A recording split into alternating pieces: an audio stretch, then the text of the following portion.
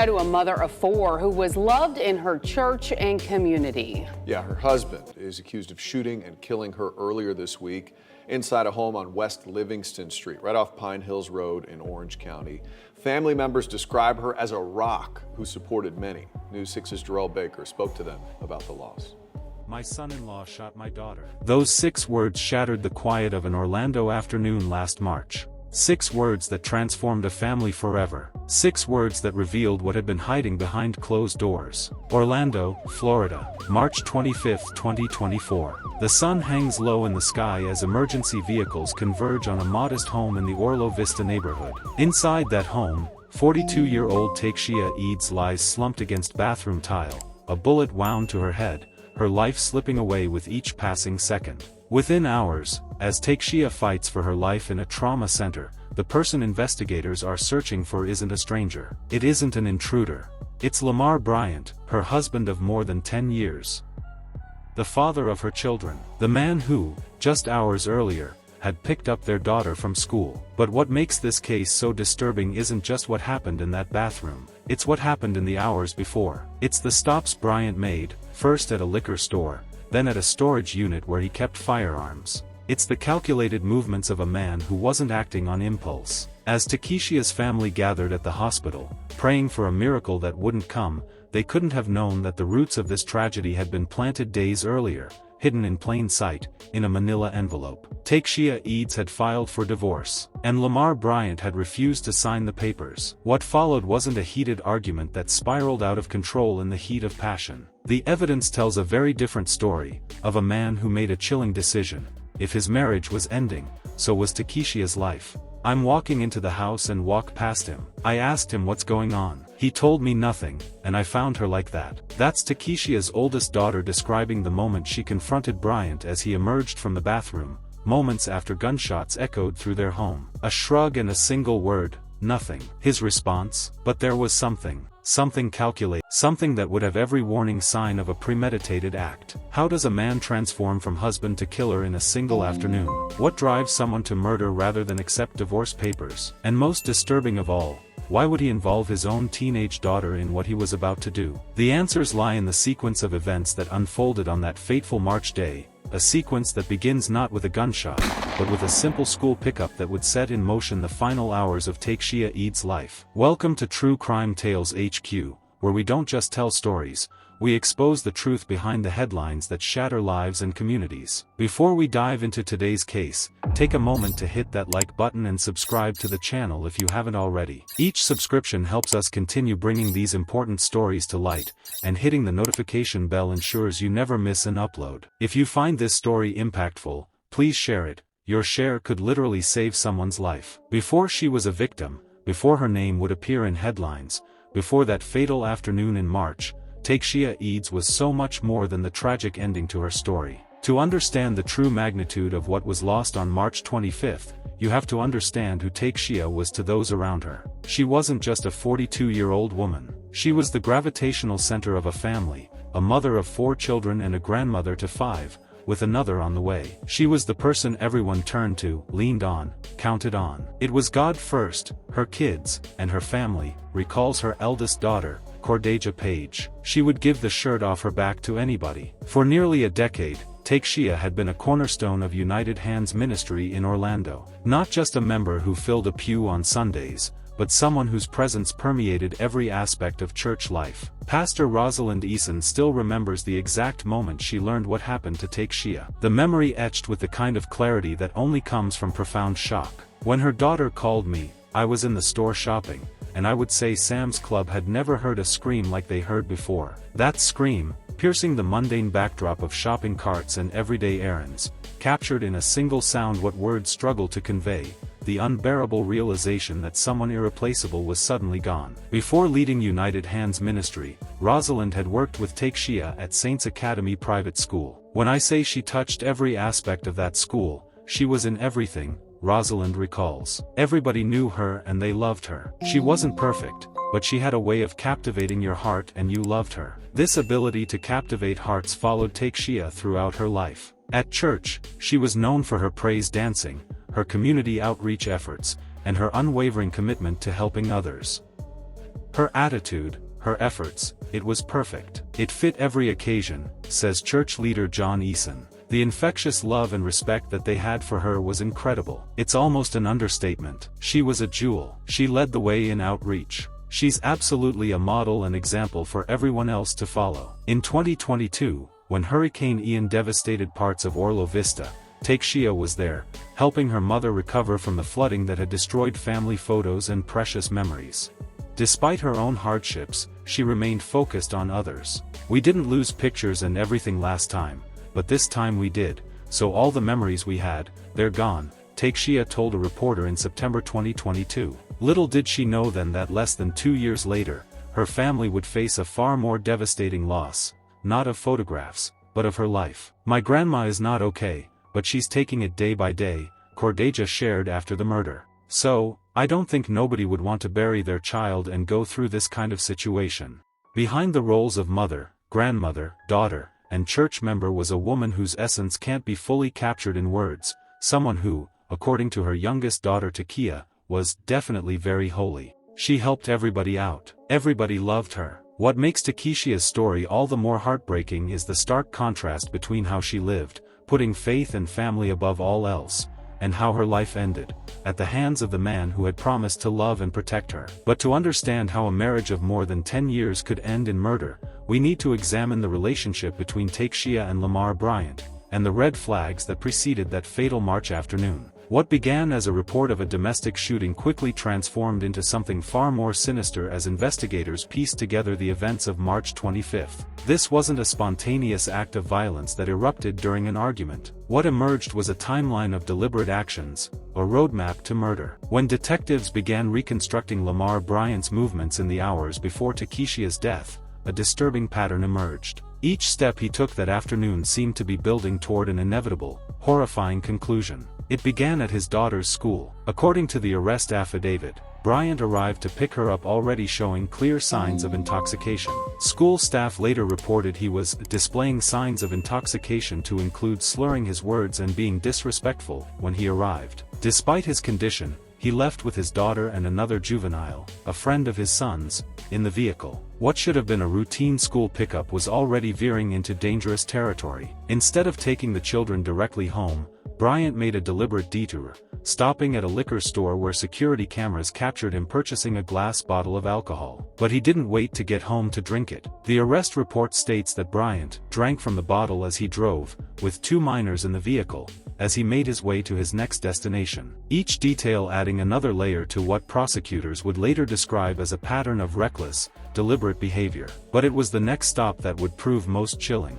Bryant pulled into a storage facility, a place his daughter would later tell investigators he used to store narcotics and firearms. Lamar Bryant left the vehicle by himself and went to the storage unit out of view, the affidavit states. What happened next was captured in the daughter's statement to police. Lamar Bryant returned to the vehicle with his hands in the front pockets of his sweatsuit. Upon entering the vehicle, Lamar Bryant removed 2 firearms from his pockets and placed them on the center console. With 2 firearms now in his possession, Bryant drove to the home he shared with Takeshia. She was sitting outside on the porch with another daughter, unaware of what was about to unfold. What makes this case particularly disturbing is not just the calculated nature of Bryant's preparations, but what happened immediately after the shooting. While Takeshia lay dying from a gunshot wound to the head, Bryant displayed a chilling lack of emotion. Takeshia's daughter described the moment she confronted Bryant as he emerged from the bathroom area where her mother had been shot. "I asked him what's going on. He told me nothing, and I found her like that. Nothing." A single word that speaks volumes about Bryant's state of mind. No remorse, no panic, no call for help, just a dismissive shrug before walking away, leaving his wife of more than 10 years bleeding on the bathroom floor while his daughter made the devastating discovery. The physical evidence told its own story. Investigators found 5 bullet casings on the floor near the bathroom and bullet holes in the wall. This wasn't a single shot fired in the heat of passion. The multiple casings painted a picture of determined, repeated firing in the confined space of a bathroom, a level of brutality that shocked even veteran investigators. As the Orange County Sheriff's Office pieced together these details, what had initially been classified as a domestic shooting was now being investigated as first-degree premeditated murder, a charge that reflected the calculated nature of Bryant's actions throughout that afternoon. But to fully understand what drove a husband of more than a decade to such a horrific act, we need to examine the man behind the crime, and the two very different sides of Lamar Bryant. To those who only knew him from a distance, Lamar Bryant might have appeared as simply a husband and father, a man who had been married to Takeshia for more than a decade, raising a family in their Orlo Vista home. But beneath this ordinary exterior existed a much darker reality. Court records reveal a man with an extensive criminal history, a pattern of behavior that stretched back years before that fatal March afternoon. Most troubling were his activities in the weeks leading up to Takeshia's murder. Bryant had been arrested twice in March 2024 alone, bonding out of jail just 2 weeks before he would take Takeshia's life. These weren't isolated incidents but part of a disturbing pattern that those closest to the family had witnessed for years. At United Hands Ministry, where Takeshia had been such a beloved presence, church leaders had seen Bryant's struggles firsthand. They knew aspects of his character that weren't visible to casual acquaintances. He existed as long as he did due to his sicknesses because of her prayers, her intercession, Rosalind Eason revealed after Takeshia's death. That makes it even harder. Consider the tragic irony of those words. According to those who knew them best, it was Takeshia's own devotion, her prayers and intercession, that had sustained the very man who would ultimately take her life. She had been fighting spiritual battles on behalf of someone who would betray her in the most profound way possible. Bryant's struggles with what Pastor Eason described as his sicknesses had been a long-standing challenge in their marriage. While the church leaders didn't specify the nature of these challenges, court records and witness statements paint a picture of a man battling his own demons, demons that Takeshia had apparently tried to help him overcome through her faith. But perhaps the most disturbing aspect of Bryant's character revealed itself in how he involved his own teenage daughter in the events of March 25. This wasn't just a crime of violence against Takeshia, it was an act that traumatized and manipulated his own child. According to the arrest affidavit, when Bryant arrived home with his firearms and saw what he believed was a police helicopter flying overhead, he made a chilling decision. Lamar Bryant put the 2 firearms into his daughter's purse and told her to hide them behind the house. A father asking his own child to hide murder weapons. A parent making his daughter an unwitting accomplice to what he was about to do.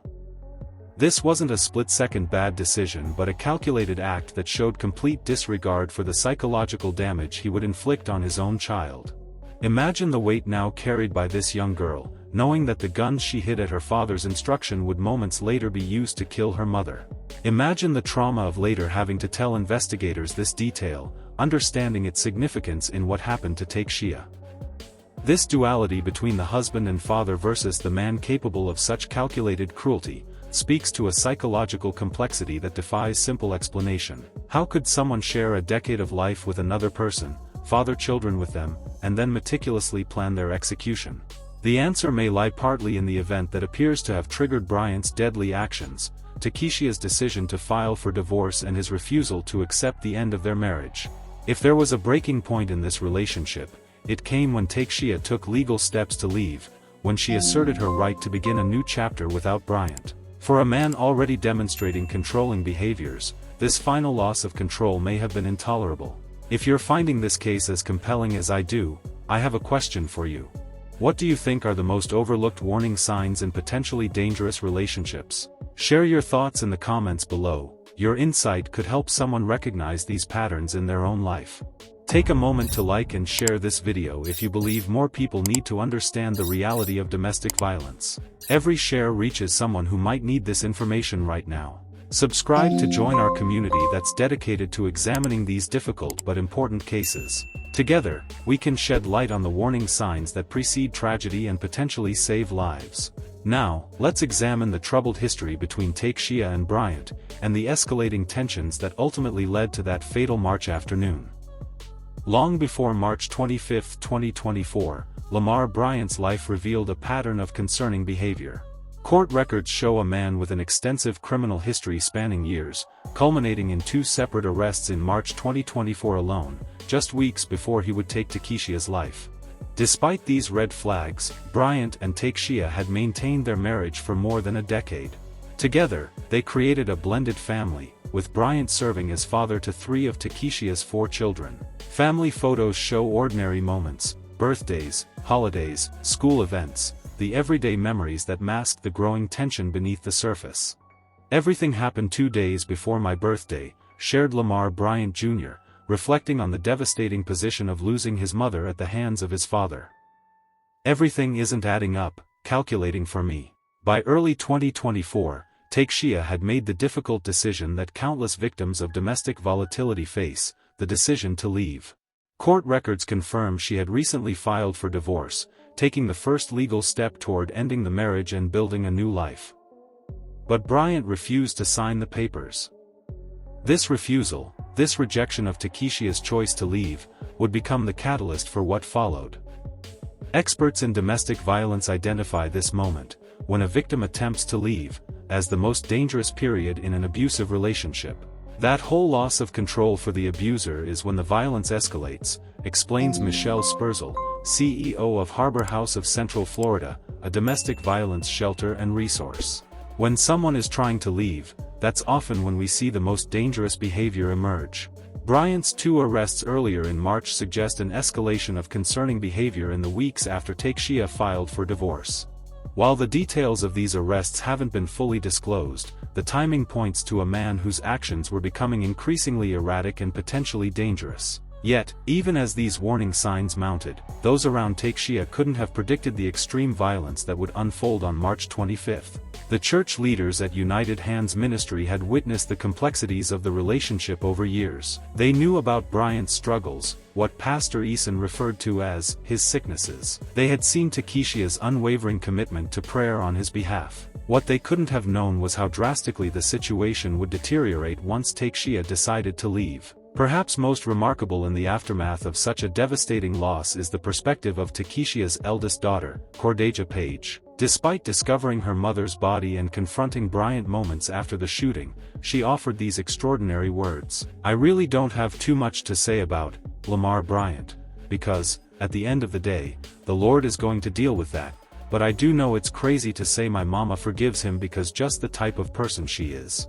This remarkable statement, that Takeshia would forgive the man who took her life, speaks volumes about the depth of faith that defined her. Even in describing her mother's murder, Cordeja carried forward Takeshia's legacy of grace and forgiveness. For Bryant's biological children, the tragedy carries an additional layer of complexity, the impossible position of losing their mother at the hands of their father. The foundation of their family destroyed in a single afternoon. The stage was now set for the events of March 25, 2024. A relationship strained by years of difficulty, a marriage legally ending, a man who refused to accept that reality, and a series of deliberate choices that would culminate in 5 gunshots in a bathroom, forever changing the lives of 4 children, 5 grandchildren, and a community that loved Takeshia Eads. March 25, 2024. A Monday afternoon in Orlando, Florida. What began as an ordinary day would, in the span of less than 2 hours, transform into a nightmare for the Eads family.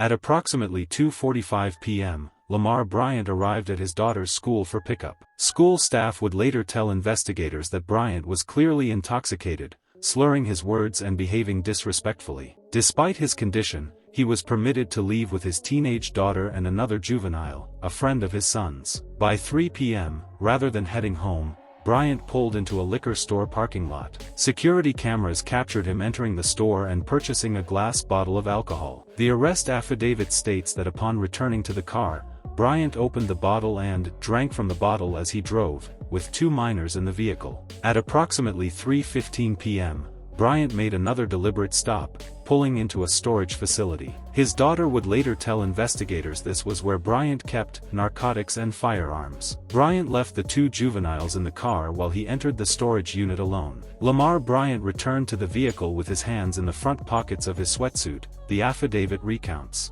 Upon entering the vehicle, Lamar Bryant removed 2 firearms from his pockets and placed them on the center console. His daughter described the weapons as 2 black Glocks, and 1 with a laser. This critical detail, that Bryant was now armed with 2 firearms, would later help investigators establish premeditation. By 3:40 p.m., Bryant arrived at the home on West Livingston Street. Takeshia was sitting on the porch with another one of her daughters. According to witness statements, Takeshia approached the car and briefly spoke with Bryant. What happened next reveals Bryant's calculated mindset. Believing he saw a police helicopter flying overhead, Bryant became paranoid about being observed. He instructed his teenage daughter to take his purse with the 2 firearms and hide them behind the house. This wasn't a spontaneous decision, but a deliberate attempt to conceal evidence he would retrieve moments later. The daughter did as instructed, hiding the purse with the firearms behind the house. Once the helicopter was gone, Bryant went to retrieve the weapons.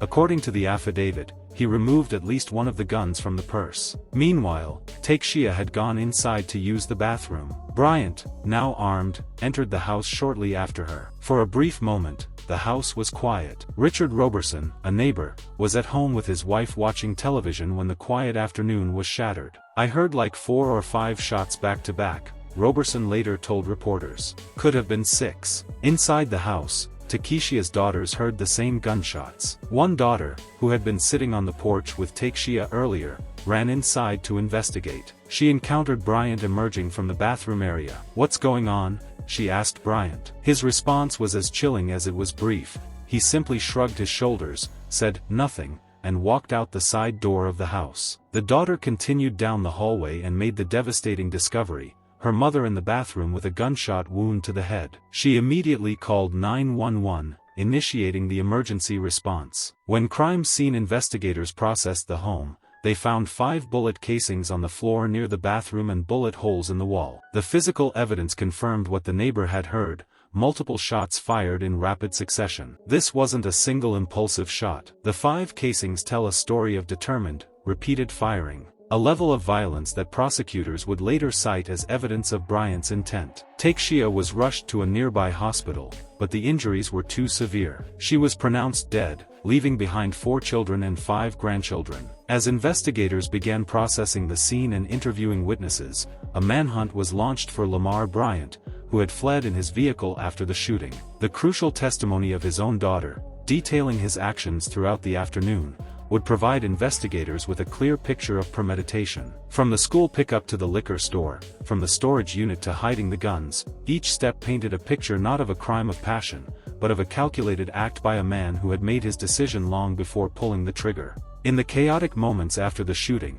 as emergency responders rushed to the scene and Takeshia was transported to the hospital, Lamar Bryant had already fled. According to witnesses, he calmly walked to his vehicle and drove away, making no attempt to check on Takeshia's condition or comfort the children who remained at the scene. Law enforcement immediately launched a manhunt for Bryant. His vehicle description was distributed to patrol units throughout Orange County, and investigators began the process of building their case, knowing that every passing hour decreased their chances of locating the suspect. At the hospital, family members gathered, clinging to hope as medical professionals fought to save Takeshia. That hope was soon extinguished. The gunshot wound to her head proved fatal, transforming the case from attempted murder to homicide. For Takeshia's daughters, the nightmare was just beginning. While one remained at the crime scene working with investigators, another rushed to the hospital only to receive the devastating news. In an instant, they had lost their mother and were thrust into the roles of both grieving children and key witnesses. Back at the crime scene,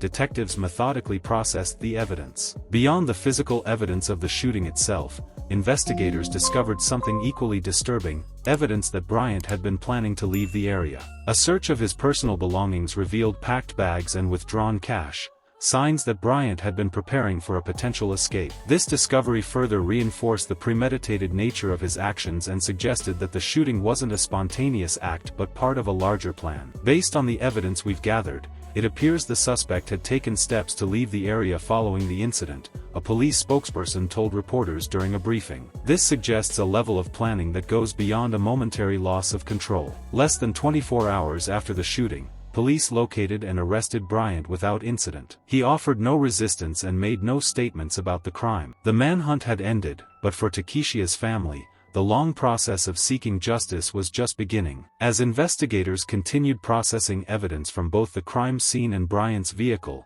a disturbing portrait emerged. The presence of packed bags, the calculated retrieval of firearms from storage, the cold demeanor after the shooting, each element pointed to a crime that had been contemplated well before March 25. On March 28, 2024, just 3 days after the shooting, Bryant made his first appearance before a judge in Orange County. Dressed in a standard-issue orange jumpsuit, he stood silently as prosecutors outlined the charge: first-degree premeditated murder. The charging document specifically cited Bryant's conscious decision to commit murder, a legal standard that separates premeditated killing from crimes of passion. The judge ordered Bryant held without bond, recognizing both the severity of the charge and the potential flight risk. Back at the family home on West Livingston Street, the physical evidence of violence had been processed and removed, but the emotional devastation remained. The home where Takeshia had raised her children, where she had welcomed grandchildren, was now forever marked by the tragedy that occurred within its walls. At the United Hands Ministry, where Takeshia had been such a vital presence,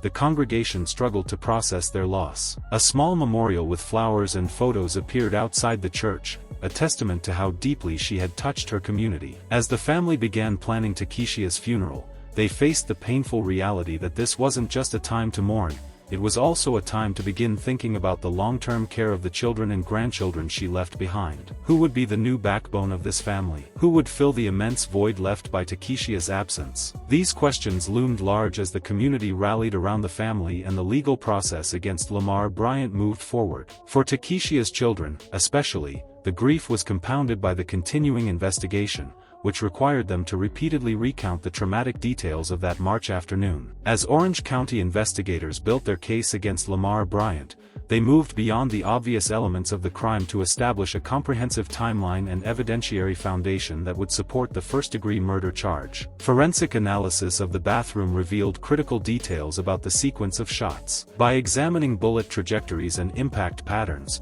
investigators determined that the first shot likely struck Takeshia while she was seated, followed by additional shots as she attempted to shield herself. This forensic evidence directly contradicted any potential claim of self-defense or accidental discharge. Digital evidence provided another crucial dimension to the case. A review of Bryant's phone records showed a pattern of calls and text messages in the days leading up to the murder, communications that painted a picture of increasing agitation following Takeshia's divorce filing. The suspect's digital footprint showed clear signs of escalating anger, noted one investigator in their report. Multiple messages referenced the divorce proceedings and expressed an unwillingness to accept the end of the relationship. The investigation also uncovered previous unreported domestic incidents that had never resulted in police involvement. Friends and extended family members described witnessing concerning behavior in the months prior to the murder, raised voices, controlling actions, and statements suggesting Bryant couldn't imagine life without Takeshia. An expert consultant brought in to review the case identified what prosecutors termed textbook escalation patterns, the increasing frequency and severity of controlling behaviors following Takeshia's decision to file for divorce. What we see in this case is a classic example of the most dangerous period in an abusive relationship, the expert noted in their report. When a perpetrator feels they're losing control of their partner, particularly through legal means like divorce, the risk of lethal violence increases dramatically. Financial investigations revealed another troubling dimension. Records showed Bryant had recently withdrawn substantial cash from joint accounts and had inquired about liquidating shared assets, actions investigators interpreted as preparation for either fleeing or living as a fugitive. When presenting their case to the judge, prosecutors emphasized three key elements that established premeditation. First, Bryant's retrieval of firearms from storage before the encounter.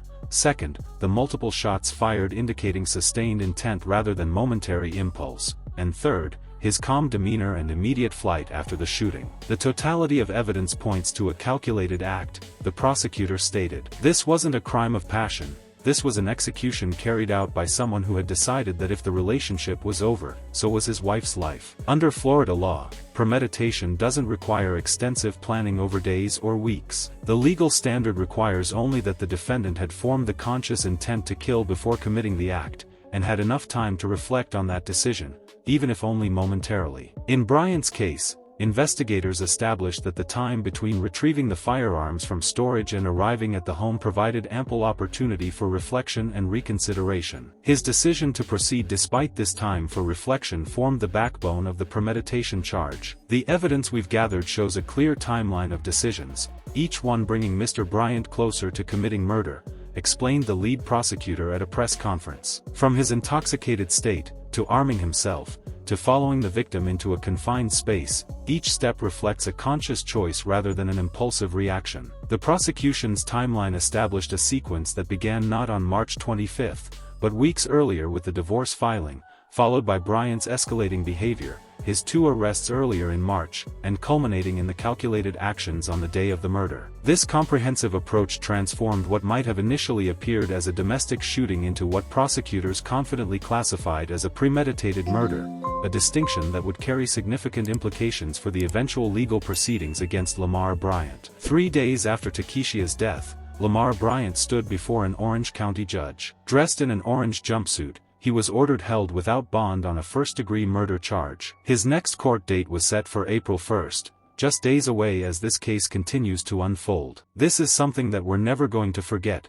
Cordeja Page said, her voice steady despite unimaginable grief. "This just happened, so we need time to grieve and be there for each other. For Takeshia's children, the loss extends beyond their mother. Everything happened 2 days before my birthday," shared Lamar Bryant Jr., struggling to process that his father had taken his mother's life. At United Hands Ministry, the congregation mourns a woman whose impact was immeasurable. "The infectious love and respect that they had for her was incredible," John Eason reflected. "The church that benefited from Takeshia's decade of service now provides support to the family she left behind. Perhaps most extraordinary is the perspective shared by Takeshia's eldest daughter. I promise you he's forgiven by her, she's forgiven him. Even in death, Takeshia's capacity for grace continues through her children." Takeshia's story reflects a tragic pattern that experts recognize all too well. According to national statistics, 1 in 3 women and 1 in 4 men experience domestic violence in their lifetime. The most dangerous moment often comes when victims attempt to leave. "If someone is fearful of their life, that is exactly why our emergency shelter is there," explains Michelle Spurzl, CEO of Harbor House of Central Florida, which serves 5,000 Orange County residents annually. "Takeshia's daughter has transformed her pain into a powerful warning. It's not going to get better. So, it doesn't matter how much you love the person or how much you feel like the person is going to change, it's not going to happen. And if you do have kids, think about your kids first. For those in dangerous relationships, resources exist. Organizations like Harbor House operate 24/7 hotlines, and research shows that people who reach out are 99% more likely to survive their domestic violence situation. Takeshia Eads' life was defined by faith, family, and service. Her death now serves as both a heartbreaking loss and an urgent reminder of the deadly consequences when warning signs go unheeded. Takeshia Eads' journey from devoted mother and church leader to victim of domestic homicide reminds us that behind every statistic is a real person with dreams, love, and a future stolen away. If you found value in understanding the warning signs present in this case, please subscribe to join our community committed to raising awareness about domestic violence. Share this video to potentially reach someone who needs this information right now. What warning signs do you believe were most overlooked in Takeshia's story? Your insights in the comments could help others recognize dangerous patterns. Remember, resources exist for those in danger. The National Domestic Violence Hotline is available 24/7 at 1-800-799-SAFE.